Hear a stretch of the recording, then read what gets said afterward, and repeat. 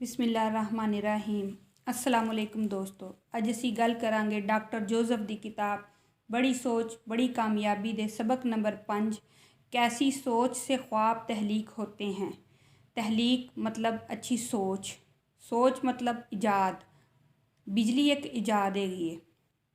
Polio की vaccine जी इजाद हैगी है। रंगीन टैलीविज़न इजाद हैगी है। मोबाइल फोन जड़ा है वो एक इजाद हैगी है। जैसे खला दे विच कुछ साइंसदाना ने जाके खला नूं इजाद किया है। वो इंसान की सोच है, उन्हें उन्होंने तखलीक किया है। मेरे दोस्तों, जिमें साडे बच्चे छोटे होंदे ने ते असी कोशिश करने कि असी आपदे बच्चों नूं अच्छे बनाइए। असी उन्होंने पहले स्कूल च दाखिल करवाने आ। जो वो स्कूल पढ़ लेंदे ने फिर असी कहने साडे बच्चे ज़्यादा पढ़न ते असी उन्होंने फिर कॉलेज दे विच दाखला दवाने आ। वो साडी सोच सानू हिम्मत ते हौसला दे रही हुंदी है, सानू बेहतरी की तरफ लैके जा रही हुंदी है। जो साडे बच्चे कॉलेज दे विच पढ़ लेंदे ने ते फिर असी कोशिश करने आ कि साडे बच्चे यूनीवर्सिटी तक पढ़न ताकि वो ज़्यादा कामयाब इंसान बनन। उन्होंने अगे जाके कारोबार करन या नौकरियां करन दे विच कोई मसला ना पेश आवे। मेरे दोस्तों, यकीन रखना अपनी सोच ते अपनी गुफ्तगू ते तुसी अपनी सोच नूं काबू च करो ताकि तुसी अच्छे कामां वाले हो जाओ, अच्छे कामां नूं करन दी कोशिश करो। साड़ी जिंदगी च एक लफज हैगा ना, नामुमकिन। इनू अगर असी अपनी जिंदगी दे विचों कढ़ दांगे तो असी हमेशा कामयाब रवांगे। ये नामुमकिन नूं अपने ज़हन चो अपनिया सोचां चो कढ़ के बाहर सिट्टन की पूरी कोशिश करो ताकि तुहाडा ज़हन ताकतवर बने। तो हुंदा उही है जिहड़ा तुहाडे अपने हत्थ च हुंदा है। तुहानू चाहिए कि तुसी कोई ऐसा हुनर सीखो जिंदे जरिए तुसी जिंदगी दे विच कामयाब हो सको। तो सोचो नई नई चीज़ों के बारे च, नए तजर्बियां के बारे च।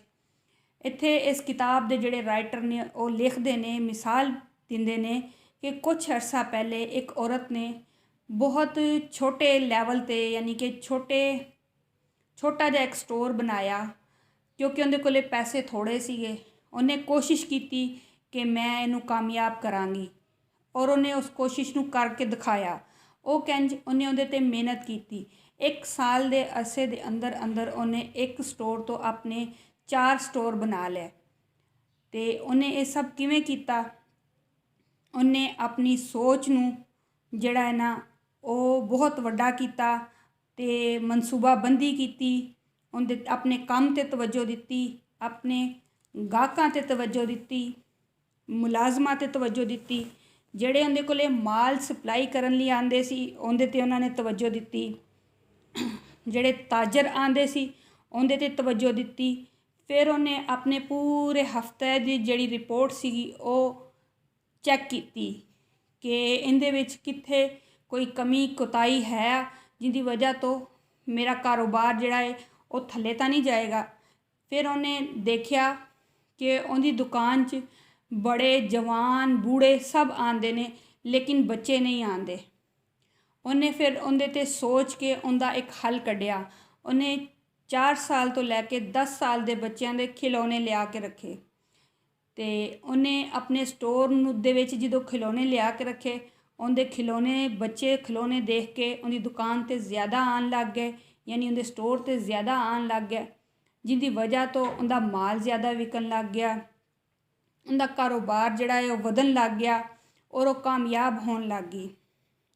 उन्हें अपने कारोबार नूं टाइम भी ज़्यादा दिता, उन्हें अपने कारोबार ते तवज्जो भी ज़्यादा दी, उन्हें अपने कारोबार दे विच अच्छा साबित करन लई उहदे ते अच्छे मुलाजम रखे जिन्हां दे रवैये अच्छे सी, जिहड़े गाहकां नाल अच्छे तरीके दे नाल गल करदे सी। दोस्तों, ये सब उन्हें किवें कीता? ये सब उन्हें कीता अपनियां सलाहियतां वहा के, अपना हुनर दिखा के, अपने ज़हन नूं साबित करके, उन्हें अपनी कोशिश नूं साबित करके, जोश दे नाल, हिम्मत दे नाल ते जिम्मेदारी दे नाल। दोस्तों, असी भी अगर कोशिश करिए अपनी सोच नूं वड्डा करिए तो असी भी कर सकने आ। दोस्तों, अजीम लोगों के नाल बैठोगे तो तुसी अजीम गल्लां सीखोगे, जबकि अगर तुसी कमज़ोर ਕਮ ਅਕਲ ਲੋਕਾਂ ਦੇ ਨਾਲ ਬੈਠੋਗੇ ਤੇ ਉਹਨਾਂ ਦੇ ਨਾਲ ਜਦੋਂ ਤੁਸੀਂ ਬੈਠੋਗੇ ਤੇ ਉਹ ਸਿਰਫ ਜ਼ਿਆਦਾ ਬੋਲਣ ਤੇ ਦੂਸਰਿਆਂ ਦੇ ਵਿੱਚੋਂ ਨੁਕਸ ਕੱਢਣ 'ਤੇ ਜ਼ਿਆਦਾ ਤਵੱਜੋ ਦੇਗਾ, ਨਾ ਕਿ ਉਹ ਤੁਹਾਡੇ ਨਾਲ ਅੱਛੀ ਗੱਲ ਕਰੇਗਾ, ਤੁਹਾਡੇ ਨਾਲ ਅੱਛੇ ਮੌਜੂ ਦੇ ਉੱਤੇ ਗੱਲ ਕਰੇਗਾ। ਨਹੀਂ, ਉਹ ਆਪਣੀ ਸੋਚ ਦੇ ਮੁਤਾਬਿਕ ਜ਼ਿਆਦਾ ਬੋਲੇਗਾ, ਜ਼ਿਆਦਾ ਲੋਕਾਂ ਦੀਆਂ ਬੁਰਾਈਆਂ ਕਰੇਗਾ ਤੇ ਕੋਸ਼ਿਸ਼ ਕਰੇਗਾ ਕਿ ਤੁਹਾਡਾ ਜ਼ਿਹਨ ਜਿਹੜਾ ਹੈ ਉਹ ਦੂਸਰੀਆਂ ਗੱਲਾਂ 'ਚ ਜਾਏ। ਉਹ ਇਨਸਾਨ ਆਪਣੀ ਇੱਜ਼ਤ ਘੱਟ ਕਰ ਲੈਂਦਾ ਹੈ। ਜਦਕਿ ਤੁਸੀਂ ਜਦੋਂ ਅਜ਼ੀਮ ਲੋਕਾਂ ਨਾਲ ਬੈਠਦੇ ਹੋ, ਤੁਹਾਡੀ ਸੋਚ ਵੱਡੀ ਹੋ ਜਾਂਦੀ ਹੈ, ਤੁਹਾਡੇ ਜ਼ਿਹਨ ਦੇ ਵਿੱਚ ਅੱਛੀਆਂ ਗੱਲਾਂ ਬੈਠਦੀਆਂ ਨੇ, ਤੁਸੀਂ ਆਪਣੀ ਜ਼ਿੰਦਗੀ ਦੇ ਬਾਰੇ 'ਚ ਸੋਚਦੇ ਹੋ ਤੇ ਕਾਮਯਾਬ ਇਨਸਾਨ ਬਣਨ ਦੇ ਬਾਰੇ 'ਚ ਸੋਚਦੇ ਹੋ। ਮੇਰੇ ਦੋਸਤੋ, ਤੁਸੀਂ ਹਮੇਸ਼ਾ ਕਾਮਯਾਬ ਹੋ ਜਾਓਗੇ। ਇਹ ਜ਼ਿਹਨ ਜਿਹੜਾ ਇਨਸਾਨ ਦਾ ਨਾ, ਇਨਸਾਨ ਨੂੰ ਬਹੁਤ ਅੱਗੇ ਤੱਕ ਲੈ ਜਾਂਦਾ ਹੈ, ਕਿਉਂਕਿ ਇਨਸਾਨ ਅਗਰ ਥੋੜ੍ਹਾ ਜਿਹਾ ਆਪਣਾ ਜ਼ਿਹਨ 'ਤੇ ਤਵੱਜੋ ਦੇਵੇ ਤੇ ਬਹੁਤ ਕੁਝ ਕਰ ਸਕਦਾ ਹੈ।